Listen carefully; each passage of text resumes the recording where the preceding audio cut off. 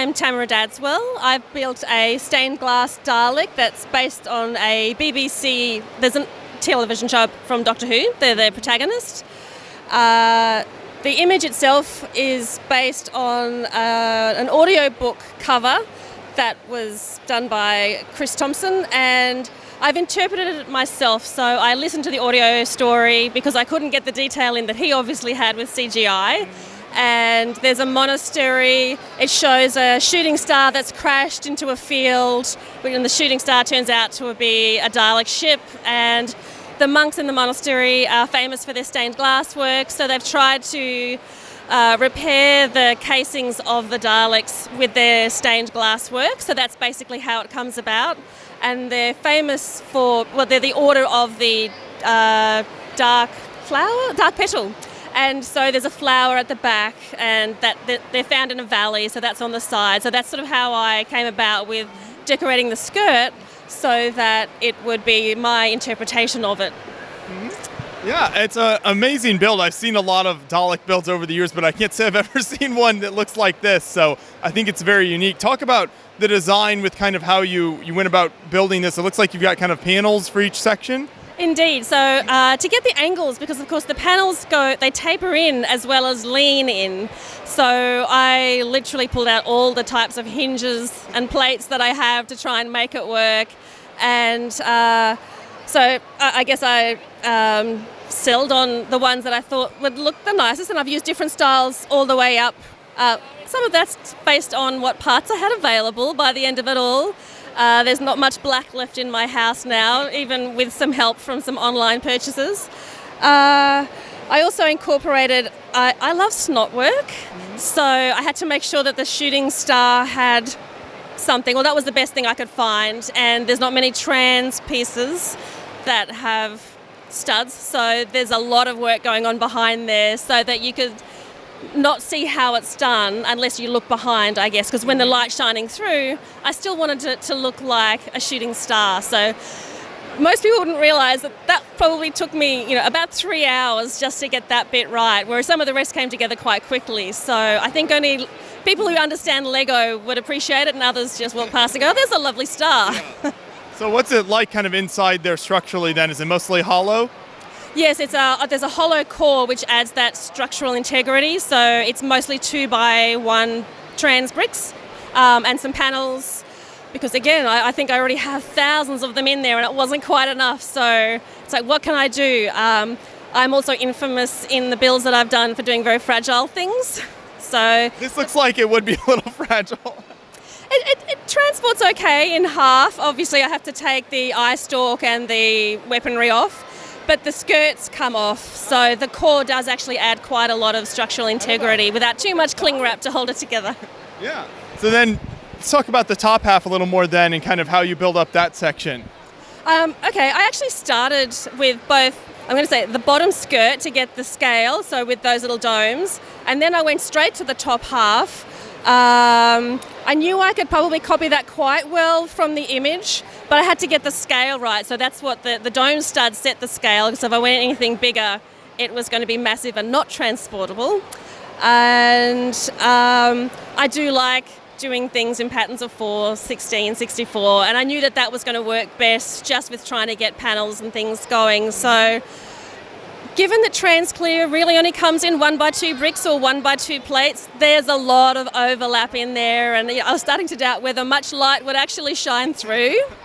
And we found, with the help of a, spoiler alert, there's a juggling ball inside that strobes colours, and we went, well, you know what, I think that works well for the brain of the Dalek. So that was an innovation that came at the last minute, but I think it works.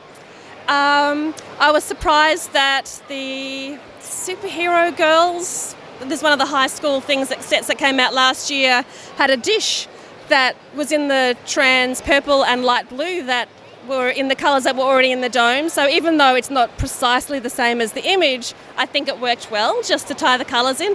I love colours, so nearly all the builds I do have rare or unusual colours, and I think that was one of the things that attracted this to me in the first place, and I get very excited when I find other elements that all tie in. The tubing was just experimenting to see how I can get it to look like stained glass as best as you can, because of course it's very difficult when I wanted to focus on it being transparent so that it's the lights that you see and not how I got there. And when the Hogwarts castle came out with the square windows with the grille inside, I got very excited because then I knew I could make it happen without deviating too much from the original image.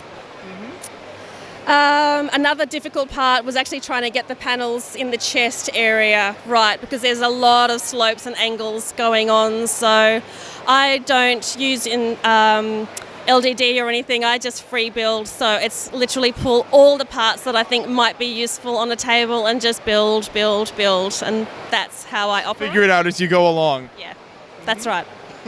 Yeah, well, I think it works well here. So this is certainly an impressive build. For these kind of stained glass sections, what do you find is kind of the challenge of building up all those little small, clear pieces and everything there compared to more, standard, black pieces and that sort of thing, where you maybe have a little more freedom and you don't have to get everything so exact?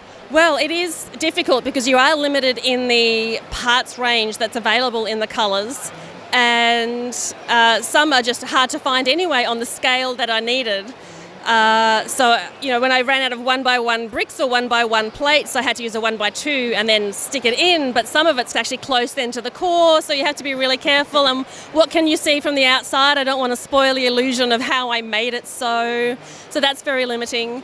And just the availability of parts, which is why some panels are intensely 1x2 plates, and then I went to 1x2 bricks, and then I went, let's just put a mountain there. And not need the blue anymore. Fortunately, there is a valley with mountains in the story, so that quickly got incorporated into the build. Yeah. Well, it worked well, and it's certainly a really neat build to see here with the lights coming through the stained glass and everything. So I'm glad you were able to bring it to the show and put it on display, and you even got a commendation award here as well, so congratulations on that. Thank you very much. Yes, I'm glad I got it here. It was very touch and go because I'd only finished half of it before my husband left in the car. We have a long drive here, we're not local, and I hadn't done the middle section, so I had 2 very intense days of trying to bring that all together, and it was really, we were already 1,000 kilometres from home before it actually all came together in one part, and I went, okay, I think that's good enough. Yeah, and it looks like it's stayed standing here. So what's your plans after the show with this? Do you usually keep your builds together? I do usually keep my builds together, especially if there's only a small footprint like this one. And I tend to take them then to different shows during the year. There's a couple around Australia that I go to. I'm from Canberra, so they have one, and I tend to go Melbourne is a must-do, so this is where it's debuted, and I usually go to Sydney. Plus, sometimes there's some local ones at schools for fundraisers, so I'll take that around, but I never duplicate as far as taking it to the same show again, so I've now got 12 months to think about another one. So I'm not a prolific builder, but I like to try and put the details into the things that I do. Mm-hmm. Yeah. Well, thank you so much for showing it off here at the convention. Appreciate it. Thank you. Thank you.